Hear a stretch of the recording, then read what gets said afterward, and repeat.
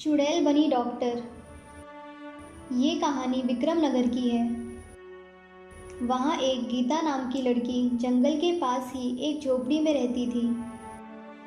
उसके माता पिता स्वर्गवासी हो गए थे। वो अकेली ही रहती थी। गीता बहुत सुंदर थी और पढ़ने में भी बहुत अच्छी थी। वो अपने गांव के ही स्कूल में पढ़ने जाया करती थी। कुछ दिन बीते। गीता की स्कूल की पढ़ाई पूरी हो गई। अब उसे शहर जाकर डॉक्टर की पढ़ाई करनी थी।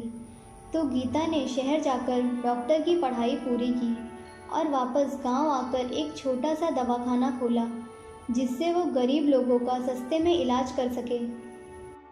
बेटी, मेरे बेटे को बहुत दिनों से बुखार है। बहुत सारे डॉक्टर्स को दिखाया लेकिन कुछ नहीं हुआ। मेरे पास जो भी थोड़े बहुत पैसे थे वो सब इसके इलाज में खर्च हो गए।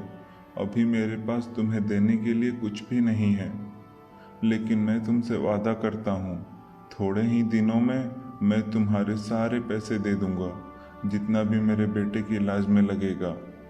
कोई बात नहीं चाचा, जब आपके पास पैसे हों तभी दे देना। अभी मैं कुछ दवाइयाँ दे देती हूँ। दवाई को सुबह शाम खिलाना, वो 2-3 दिन में ठीक हो जाएगा। तुम्हारा बहुत बहुत धन्यवाद। मैं जल्दी ही तुम्हारे पैसे तुम्हें दे दूंगा। ठीक है। धीरे धीरे गीता के पास दूर दूर से लोग अपना इलाज करवाने आने लगे। और आप यहाँ के तो नहीं दिखते, कहाँ से आए हो? मैं सुल्तानपुर से आया हूँ। मेरी तबीयत बहुत दिनों से खराब है।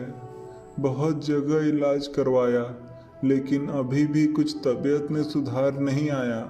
तभी मैं यहाँ के बारे में सुना। सही सुना है आपने, बहुत अच्छा इलाज करती हैं गीता जी। क्या तकलीफ है आपको? मुझे बहुत दिनों से बुखार है और शरीर भी बहुत दर्द कर रहा है। बहुत जगह इलाज करवाया लेकिन तबीयत में कुछ फर्क नहीं पड़ा। ठीक है, मैं आपको कुछ दवाइयाँ देती हूँ। 1 हफ्ते तक सुबह शाम खाइएगा और 1 हफ्ते के बाद आकर मुझसे दोबारा मिलिएगा। ठीक है। 1 हफ्ते बाद वो शहर वाला फिर से गीता के दवाखाने आता है।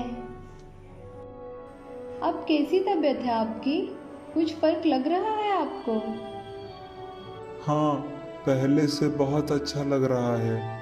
मुझे थोड़े और दिनों के लिए दवाइयाँ दे दीजिए। ठीक है, मैं आपको 1 हफ्ते की और दवाइयाँ दे देती हूँ और उसके बाद आपको मेरे पास आने की ज़रूरत नहीं पड़ेगी। गीता का दवाखाना बहुत ही प्रचलित हो गया। गीता के इलाज से लोग काफ़ी खुश थे। गीता कितना अच्छा और सस्ता इलाज करती है ना। गांव के बाकी डॉक्टर्स तो बस हमें लूटने की फिराक में रहते हैं। जब से गीता ने दवाखाना खोला है तब से हम लोगों के लिए बहुत ही अच्छा हो गया है। मैं तो यही कहता हूँ, हमें लड़का लड़की में भेद ही नहीं करना चाहिए। सब समान होते हैं। मैं भी अपनी लड़की को डॉक्टर ही बनाऊंगा। गीता बेटी, मेरा बेटा तुम्हारी दवाइयों से अब बिल्कुल ठीक हो गया है। ये लो तुम्हारे पैसे। मैं भी बहुत खुश हूँ चाचा कि आपका बेटा ठीक हो गया। कुछ दिन बीते। गांव के दूसरे डॉक्टर भी चिंतित हो गए कि गीता कम पैसे लेकर लोगों का इलाज कर रही है। सामू, अगर ऐसा ही चलता रहा तो हमारा दवाखाना जल्द ही बंद हो जाएगा। कोई भी गांव वाला अपने इलाज के लिए हमारे पास नहीं आता। अब क्या करें हम? हाँ यार, काफ़ी दिन हो गए मेरे भी दवाखाने पर कोई मरीज़ नहीं आया। कुछ समझ में नहीं आ रहा है कि क्या किया जाए। गीता इतना कम पैसे में कैसे इलाज करती है? वो तो हमारे लिए रास्ते का पत्थर बन रही है। कुछ ना कुछ तो करना पड़ेगा। एक काम करते हैं, कल सुबह सुबह गीता के दवाखाने पर जाकर पूछते हैं कि वो ऐसा क्यों कर रही है। वो भी एक डॉक्टर है, फिर क्यों दूसरे डॉक्टर्स को परेशान कर रही है। हाँ, तुम ठीक कह रहे हो। चलो कल गीता के पास चलते हैं। अगली सुबह दोनों डॉक्टर गीता के पास जाते हैं। गीता जी, आप कैसी हैं? मैं ठीक हूँ, आप लोग कैसे हैं? क्या बात हो गई है जो आप लोगों को यहाँ आना पड़ा? आप इतने सस्ते में कैसे लोगों का इलाज कर लेती हैं? जब से आपका दवाखाना खुला है तब से हमारे पास तो इलाज के लिए कोई आता ही नहीं है। आपकी वजह से बहुत दिक्कत हो रही है, कुछ भी कमाई नहीं हो पा रही है।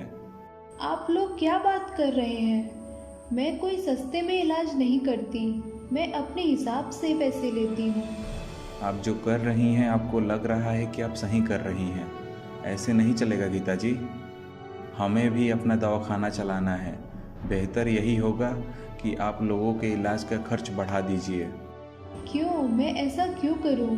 जितनी लागत है दवाइयों की मैं उतने ही पैसे लेती हूँ। मैं जैसे इलाज कर रही हूँ वैसे ही करूँगी। आपको बताने की ज़रूरत नहीं है, समझे आप? अब आप जा सकते हैं यहाँ से। आपने ये अच्छा नहीं किया। देखते हैं कब तक आप लोगों का इलाज कर पाती हैं। इतना गुस्सा ठीक नहीं है गीता जी, चलता हूँ। दोनों डॉक्टर वहाँ से चले जाते हैं। शामू, ये गीता का कुछ तो करना पड़ेगा। जब से गांव में आई है परेशान कर रही है। आज तो बात करके ऐसा लगा जैसे डॉक्टर ना होके सुप्रीम कोर्ट की जज हो। मुझे तो बहुत गुस्सा आ रहा है, मैं तो मार ही दूंगा उसको। मैं भी यही सोच रहा हूँ, जितनी जल्दी हो सके उसको अपने रास्ते से हटाना होगा। मैं एक गुंडे को जानता हूँ, उसको बोल के मरवा दे क्या इसको? क्यों नहीं, चल उससे मिल के आते हैं। फिर दोनों गुंडे के पास जाते हैं। डॉक्टर ने सारी बात उस गुंडे को बताई। ठीक है, काम हो जाएगा, लेकिन काम के लिए 1 लाख रुपए लूँगा। देना है तो बोलो, नहीं तो जाओ यहाँ से। हाँ, हम दे देंगे, लेकिन वो बचनी नहीं चाहिए। इसकी फिक्र तुम मत करो, काम होने के बाद पैसे देना। चलो ठीक है फिर। फिर दोनों डॉक्टर वहाँ से चले जाते हैं। शाम होते ही गीता अपने घर के लिए निकल जाती है। रास्ते में 2 गुंडे उसका पीछा करने लगते हैं। तभी एक गुंडा गीता पर गोली चला देता है, और ये क्या, गोली गीता के शरीर से आर पार हो जाती है। गीता गुस्से से एक चुड़ैल में बदल जाती है। दोनों गुंडे उसे देख काफ़ी डर जाते हैं। किसने भेजा है तुम्हें मुझे मारने के लिए? 2 डॉक्टर थे, उन्होंने बोला था तुम्हें मारने के लिए। और तू मारने आ गया? उन दोनों को तो मैं छोड़ूंगी नहीं, और तुम दोनों को अभी बताती हूँ। चुड़ैल उन दोनों को भस्म कर देती है, और फिर वो उन दोनों डॉक्टर के पास जाती है। अचानक से अपने बीच एक चुड़ैल को खड़ा देख दोनों डॉक्टर डर जाते हैं। डर क्यों रहे हो? आज मैं तुम दोनों को इस जीवन से मुक्त कर दूंगी। बहुत अच्छा लगता है ना दूसरों को दर्द देना, रुलाना। तुम लोग डॉक्टर नहीं हैवान हो। इतना कहकर वो उन दोनों को भी भस्म कर देती है। फिर वो अपने घर आ जाती है। अगली सुबह गीता अपने दवाखाने में बैठी थी। तभी वहाँ एक आदमी आता है। कैसे हैं आप? क्या दिक्कत है आपको? मैं ठीक हूँ, मुझे कुछ दिक्कत नहीं है। मैं कल आपको जंगल में देखा था गुंडों के साथ, आप वही हैं ना? क्या बात कर रहे हैं आप?